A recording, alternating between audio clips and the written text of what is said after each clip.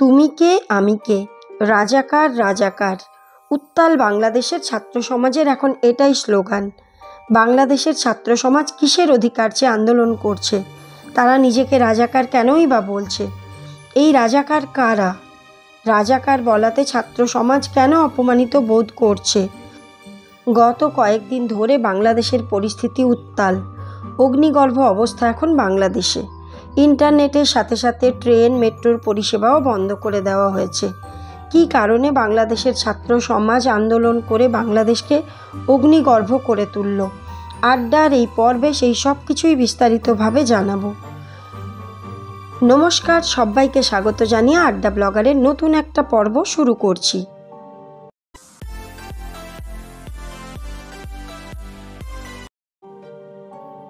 15ই জুলাই সন্ধে 7টার পরে প্রায় 20-25 জন লোক লাঠি হাতে ঢুকে পড়ে ঢাকা মেডিকেল কলেজ হাসপাতালে। ওই সময় হাসপাতালের এমার্জেন্সি ওয়ার্ডে কিছু আহত ছাত্রছাত্রীর চিকিৎসা চলছিল। ওই হামলাকারীরা আহত ছাত্রছাত্রীদের ওপর হামলা তো করেই, তাছাড়াও তাদের সেবা শুশ্রূষায় যে ডাক্তার আর নার্স ছিল তাদের ওপরও হামলা করে। আন্দোলনকারী ছাত্রছাত্রীদের ওপর হামলার ঘটনা এখন সারা বাংলাদেশ জুড়ে হয়ে চলেছে। এই মুহূর্তে বাংলাদেশের বেশিরভাগ এলাকায় বিক্ষিপ্তভাবে এই আন্দোলন চলছে। গত সপ্তাহ থেকে সরকারের আদেশে বন্ধ হয়ে গেছে সমস্ত স্কুল কলেজ বিশ্ববিদ্যালয়। বলতে গেলে সম্পূর্ণ বাংলাদেশ এখন অগ্নিগর্ভ অবস্থায় রয়েছে। আমি এই ভিডিওটা যখন বানাচ্ছি এখনও পর্যন্ত বাংলাদেশে 40 জনেরও বেশির মৃত্যু ঘটেছে। জারি হয়েছে কারফিউ। মৃত্যুর সংখ্যা আরও বাড়তে পারে মনে করা হচ্ছে। তাছাড়াও প্রচুর সংখ্যক ছাত্রছাত্রী আহত হয়েছে। সরকারের পক্ষ থেকে বাংলাদেশের আইনমন্ত্রী ও শিক্ষামন্ত্রী কোটা আন্দোলনকারীদের আলোচনার জন্য বৈঠকে ডেকেছেন, কিন্তু আন্দোলনকারীরা এই মুহূর্তে আর বৈঠকে বসতে রাজি নয়। তাদের বক্তব্য, বন্দুকের নলের সামনে কোনো রকম আলোচনা হতে পারে না। তারা আরও বলেছে, কদিন আগে যখন প্রধানমন্ত্রী জাতির উদ্দেশ্যে বক্তব্য রেখেছিলেন তখনও তিনি বৈঠকে ডাকতে পারতেন, তাহলে পরিস্থিতি তো এত খারাপ হতো না। আলোচনার জন্য বৈঠক ডাকতে এত সময় কেন নেওয়া হলো? পরিস্থিতি অগ্নিগর্ভ হওয়ার আগে যদি বৈঠকে বসা যেত তাহলে এত মানুষের মৃত্যু হতো না। বাংলাদেশের সরকার যদি আগে তৎপর হতো আর একটু মানবিক হতো তাহলে এই সমস্যার সমাধান বৈঠকে বসে আলোচনার মাধ্যমে করা যেতেই পারত। এখন প্রশ্ন হচ্ছে, বাংলাদেশের ছাত্র সমাজ কেন এরকম আন্দোলন করছে? কিভাবে বাংলাদেশের পরিস্থিতি এতটা খারাপ হলো? বাংলাদেশের ছাত্র সমাজ কোটা সিস্টেমের বিরুদ্ধে আন্দোলন করছে। 1971 সালে বাংলাদেশ নামক একটি নতুন রাষ্ট্রের জন্ম হয়। বাংলাদেশ নামক নতুন রাষ্ট্রের জন্মানোর প্রক্রিয়া শুরু হয়েছিল 1952 সালের 21শে ফেব্রুয়ারি। কিছু সাধারণ ছাত্র বাংলা ভাষাকে জাতীয় ভাষা করতে হবে এই দাবিতে নিরস্ত্রভাবে আন্দোলন শুরু করে। সরকার আলোচনার মাধ্যমে বিষয়টা না মিটিয়ে সেই নিরস্ত্র আন্দোলনকারী ছাত্রদের ওপর গুলি চালায়, যাতে 5 জন ছাত্রের মৃত্যু ঘটে। এই ঘটনার পরে সাধারণ মানুষ হাতে হাতিয়ার তুলে নেয়। বঙ্গবন্ধু শেখ মুজিবুর রহমানের নেতৃত্বে শুরু হয় মুক্তিযুদ্ধ। তারপর শুধুমাত্র ছাত্ররা নয়, বাংলাদেশের সাধারণ মানুষ, যেরকম শ্রমিক, চাষি, এই শ্রেণীর মানুষরা নিজেদের প্রাণের বলিদান দেয় মুক্তিযুদ্ধে।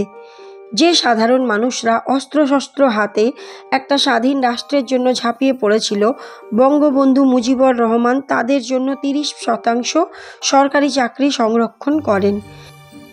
কিন্তু মুক্তিযোদ্ধাদের অনেকেই একেবারে সাধারণ মানুষ হওয়ার কারণে সরকারি চাকরি করার যোগ্যতা ছিল না তাদের। সেই ক্ষেত্রে তার পরিবারের কাউকে চাকরিটা দেওয়া হবে, এটাই ছিল আইন। সেই সময়ের হিসেবে এই পদক্ষেপটি একটি অত্যন্ত প্রশংসাযোগ্য পদক্ষেপ ছিল। 1972 সাল থেকে বাংলাদেশের মুক্তিযোদ্ধাদের জন্য কোটা সিস্টেম চালু হয়। আজ এই 2024 সালে এসে 53 বছর পরে সেই মুক্তিযোদ্ধাদের জন্য 30% কোটা কতটা প্রাসঙ্গিক? বেশিরভাগই মুক্তিযোদ্ধাদের চাকরির বয়স পেরিয়ে গেছে। অনেক ক্ষেত্রে তাদের সন্তানরা নয়, তাদের নাতি নাতনিরা সংরক্ষণের সুবিধে নিচ্ছে। আর মুক্তিযোদ্ধাদের জন্য সংরক্ষণের সবচেয়ে খারাপ দিক হলো নকল সার্টিফিকেট বানিয়ে মানুষ এই কোটার সুবিধে নিচ্ছে। কোটা সিস্টেমের বিরুদ্ধে বাংলাদেশের ছাত্ররা প্রথম আন্দোলন শুরু করে 2018 সালে। এই পর্যন্ত জেনে মনে হতে পারে যে মুক্তিযোদ্ধাদের বলিদানের বিনিময়ে স্বাধীন বাংলাদেশ জন্ম নিল। ছাত্র সমাজ তাদেরই সংরক্ষণের বিরুদ্ধে কি করে আন্দোলন করছে? কিন্তু বিষয়টা এরকম নয়। ছাত্ররা কখনোই সম্পূর্ণ কোটা সিস্টেম তুলে দেওয়ার কথা বলেনি। তারা সব সময় কোটা সিস্টেম সংশোধনের কথা বলে এসেছে। যদি কোনো মুক্তিযোদ্ধার এখনও চাকরি পাওয়ার বয়স থাকে বা তাদের যোগ্য সন্তান থাকে সরকারি চাকরির জন্য, তাদেরকে অবশ্যই সরকারি চাকরি দেওয়া হোক। কিন্তু কোন যুক্তিতে মুক্তিযোদ্ধাদের নাতি নাতনিদের চাকরি দেওয়া হচ্ছে? মুক্তিযোদ্ধাদের নাতি নাতনিদের সঙ্গে আজকের বাংলাদেশের সাধারণ যুব সমাজের কী পার্থক্য আছে? তাছাড়া প্রতিবন্ধী বা পিছিয়ে পড়া জাতিদের অথবা নারীদের জন্য যে কোটা আছে সেটাতে আন্দোলনকারীদের কোনো সমস্যা নেই। কিন্তু 2018 সালে বাংলাদেশের শেখ হাসিনার সরকার ছাত্রদের কি দাবি সেটা ঠিকমতো না বুঝে ছাত্র সমাজের এই আন্দোলনে এক প্রকার বিরক্ত হয়ে সমস্ত কোটা সিস্টেমটাই বাতিল করে দেয়। এরপর পিছিয়ে পড়া জাতি এবং নারীরা এটার বিরুদ্ধে হাইকোর্টে যায়। অন্যদিকে মুক্তিযোদ্ধা বা তাদের সন্তানদের একটি দলও সংরক্ষণ ফিরে পাওয়ার জন্য একটা আবেদন করে। 2024 সালের 5ই জুন বাংলাদেশের হাইকোর্ট জানায় 2018 সালে অনৈতিকভাবে এই কোটা সিস্টেম বন্ধ করা হয়েছে। সে কারণে সরকারি চাকরির ক্ষেত্রে আবারও পুরনো কোটা সিস্টেম চালু করার রায় দেয়। এই রায়ের খবর আসার সাথে সাথেই বাংলাদেশের ছাত্র সমাজ এটার বিরুদ্ধে আন্দোলনে নেমে পড়ে। কিন্তু শুরুতেই আন্দোলন এতটা তীব্র ছিল না। কিছু বিক্ষিপ্ত হিংসাত্মক ঘটনা ঘটেছিল। সেই সময় বাংলাদেশের প্রধানমন্ত্রী বিদেশ সফর থেকে ফিরে একটা প্রেস কনফারেন্সে এই আন্দোলনের বিষয়ে একটা প্রশ্নের উত্তরে বলেন, মুক্তিযোদ্ধাদের বিরুদ্ধে এত ক্ষোভ কেন? মুক্তিযোদ্ধাদের নাতি নাতনিরা পাবে না, তাহলে কি রাজাকারদের নাতি নাতনিরা পাবে? 2018 সাল থেকে তো আন্দোলন চলছিলই। প্রধানমন্ত্রী এই বক্তব্যে আন্দোলনের আগুনে ঘি ঢালার কাজ করে। কোটা সংশোধনের আন্দোলনকারীদের রাজাকারের সন্তান বা নাতিপুতি বলা হয়েছে। এই অভিযোগে আন্দোলন আরও তীব্র হয়। প্রধানমন্ত্রীর এই বক্তব্যের বিরুদ্ধে প্রতিবাদ শুরু হয় ঢাকা বিশ্ববিদ্যালয়ের সাধারণ ছাত্রদের করা একটি মিছিল থেকে। সেই মিছিলে তাদের স্লোগান ছিল, তুমি কে আমি কে, রাজাকার রাজাকার।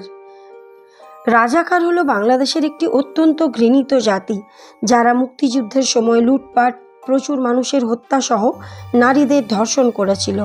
সেই রাজাকারদের সঙ্গে তাদের তুলনা করা হয়েছে।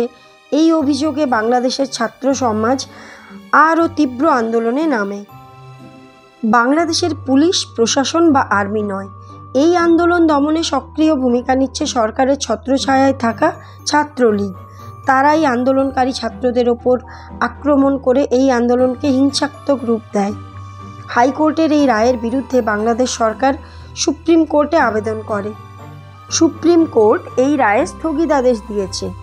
আগস্ট মাসের 7 তারিখে এই বিষয়ে সুপ্রিম কোর্টে শুনানি আছে। আন্দোলনকারীদের শান্ত থাকার উদ্দেশ্যে সরকার বলছে, অবশ্যই ভালো কিছু রায় আসবে, একটু ধৈর্য ধরতে হবে। কিন্তু আন্দোলন এতটাই তীব্র হয়ে গেছে যে এখন আর কোনোভাবেই সেটাকে নিয়ন্ত্রণে আনা যাচ্ছে না। একটা দেশের যুব সমাজ সেই দেশের মেরুদণ্ড হয়। যুব সমাজের অগ্রগতির ওপর দেশের উন্নতি নির্ভর করে। এমন কোনো আইন যদি থাকে যেটা এই যুব সমাজের অগ্রগতির পথে বাধা হয়ে দাঁড়ায়, তাহলে সেই আইন সংশোধনের বিষয়ে অবশ্যই ভাবা উচিত। জাতিসংঘ বাংলাদেশের এই আন্দোলনে প্রতিক্রিয়া জানিয়েছে। কোটা আন্দোলনকারী ছাত্রদের প্রতি সমর্থন জানিয়ে সহিংস হামলা থেকে ছাত্রদেরকে রক্ষা করার কথা বাংলাদেশ সরকারকে বলা হয়েছে জাতিসংঘের তরফে। তাহলে আজকের আড্ডার আসর এই পর্যন্তই। এই পর্বে যদি কোনো তথ্যে ভুল থাকে বা যদি কোনো বক্তব্যে ত্রুটি থাকে, সেটা অনিচ্ছাকৃত। কোটা সিস্টেমের বিরুদ্ধে আন্দোলন করে ছাত্ররা কি ঠিক করছে? এই বিষয়ে তোমাদের মতামত অবশ্যই কমেন্টে জানিও।